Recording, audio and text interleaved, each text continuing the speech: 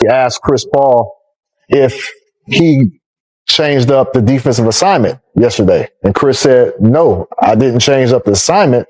I just suggested, hey, we might want to have somebody else guarding Klay right now because Kawhi is not warm yet. Paul was sent home by the Clippers because his leadership style clashed with the team. He had been vocal in holding management, coaches, and players accountable, which the team felt became disruptive. A future Hall of Fame player was removed from an NBA team in the middle of the night. At 2:40 a.m., Chris Paul posted on Instagram saying he had just learned he was being sent home. Almost instantly, the media turned him into the bad guy. He was labeled difficult, disruptive, and a problem in the locker room. But there's a part of this story most people ignored. Game footage later surfaced, and it showed something very different. Once you see what Chris Paul was actually calling out, it becomes clear why the Clippers wanted him gone. He wasn't causing problems, he was exposing them. And that made people uncomfortable. Here's what really happened. The official explanation was simple. The Clippers got off to a rough start, and Chris Paul did what he's always done, he demanded accountability. He questioned coaching choices, challenged the front office, and spoke up about poor effort on the floor. According to the team, that crossed a line. Team executive Lawrence Frank even flew to Atlanta to tell Paul in person that they were parting ways, while publicly insisting Paul wasn't to blame for the team's struggles. On the surface, it looked like a normal clash between a veteran and management. That happens all the time in the NBA. But there was a major hole in that explanation. When you watch the actual game film, especially one key stretch, the truth starts to show. The Clippers didn't move on from Chris Paul because he was disruptive. They moved on because he was calling out something the organization didn't want exposed, and it involved their highest-paid star. Let's look at the play that changed everything. Against the Cleveland Cavaliers, the Clippers were down 13 in the fourth quarter. Donovan Mitchell was dominating, and the team desperately needed energy. At that moment, Chris Paul, 40 years old and near the end of his career, decided to guard Mitchell himself. This is a player many say is past his prime, slower than before, and nearing retirement. Yet there he was, fighting through screens and giving everything he had to try to spark a comeback. At the same time, Kawhi Leonard was doing the opposite. After a Clippers basket, Cleveland used a common tactic. Darius Garland let the ball roll up the court instead of picking it up. When the ball rolls, the game clock keeps running while the shot clock doesn't start. It's a smart way to waste time when you're ahead. Chris Paul immediately recognized this and shouted for teammates to pressure the ball. Kawhi, however, jogged back casually, as if there was no urgency at all. Garland rolled the ball into the frontcourt untouched. By the time anyone applied pressure, Cleveland had burned 16 seconds for free. The possession ended with a drive, a kick-out, and a made three. Over 30 seconds were wasted, and the Cavaliers scored, all because the Clippers didn't hustle back. Then it happened again. On the next possession, the Clippers scored, and Kawhi once again jogged back slowly. Garland saw it and repeated the same move, letting the ball roll because no one was stopping him. This time, the moment said everything. While most of the Clippers moved back at half speed, Chris Paul sprinted all the way to the backcourt by himself to stop the clock from being drained again.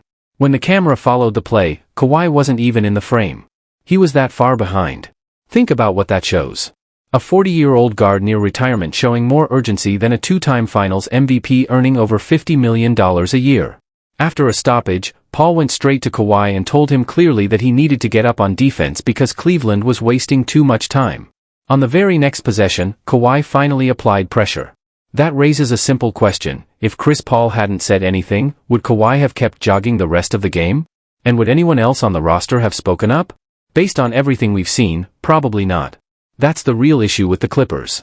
Now let's talk about Kawhi Leonard's defensive reputation. He has 2 Defensive Player of the Year awards from his San Antonio days, when he truly could shut down anyone. But reputations in the NBA last much longer than performance. Once you're labeled elite, people assume you stay elite forever. The reality tells a different story. Kawhi hasn't made an all-defensive team since 2021. Last season, his defensive rating was the worst of his career. Watching full games, not just box scores, shows his effort on defense has been declining for years. He's still an elite scorer, no question. But the idea that he's still a dominant two-way force doesn't hold up anymore.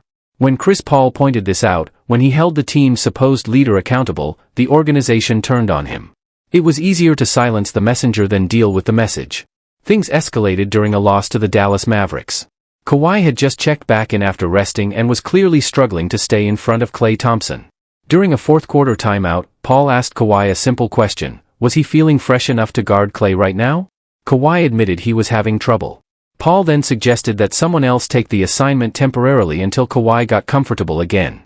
It was a smart, veteran move meant to help the team win. The Clippers made the switch. The next day, everything blew up.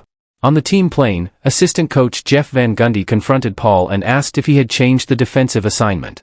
Paul explained he didn't officially change anything, he just suggested an adjustment. Van Gundy's response was blunt. He told Paul that whatever freedom he had elsewhere didn't apply in Los Angeles. A 12-time All-Star with over 2 decades in the league was being told he didn't have permission to make common-sense suggestions in a losing game. Shortly after, Paul posted a cryptic message online, a screenshot of the dictionary definition of leeway. Now we know exactly what he meant. What happened next made things even clearer. After Paul was sent home, both Kawhi Leonard and James Harden told the media they were shocked. Reports later revealed that wasn't true. Multiple sources said both stars were tired of Paul constantly holding people accountable. They knew the move was coming and felt relieved when he was gone. Instead of backing a teammate who was pointing out real effort problems, the team's highest-paid players let him take the fall. Kawhi initially respected Paul's feedback, but over time started seeing it as nagging instead of leadership. Harden, who knew Paul from their Houston days, reportedly never fully supported bringing him in and felt his concerns were proven right. What this really shows is a locker room where comfort matters more than accountability. The organization supported that mindset completely. By the time Paul was sent home, the Clippers were 6-18, had lost 8 of their last 10 games, ranked near the bottom of the league defensively, and weren't much better offensively. By every measure, the team was failing. And the one person willing to demand more was the one who got removed. No one else wanted to challenge Kawhi. Players are worried about contracts, reputations, and staying in the league. Chris Paul didn't have that concern. His career is almost over, and he had nothing to lose. That freedom allowed him to say what others wouldn't. That honesty made him a problem for an organization more comfortable losing quietly than winning through tough conversations. Now the Clippers are stuck. Over $50 million is owed to Kawhi next season. James Harden holds a massive player option. Draft picks are gone. The defense is still broken. And the one voice pushing for change is gone. Steve Ballmer spent billions on this team, built a new arena, and aimed for a title. Instead, he's overseeing a culture where speaking the truth isn't welcome. Chris Paul's career will always be debated. He's one of the greatest point guards ever, and he's also known for being hard to play with. Both can be true. But the video made one thing undeniable: he wasn't lying. He was calling out real effort issues that everyone could see. Sometimes the so-called difficult person is just the only honest one. Chris Paul left with proof. Now everyone else has to decide whether they're willing to face it, or keep pretending nothing's wrong.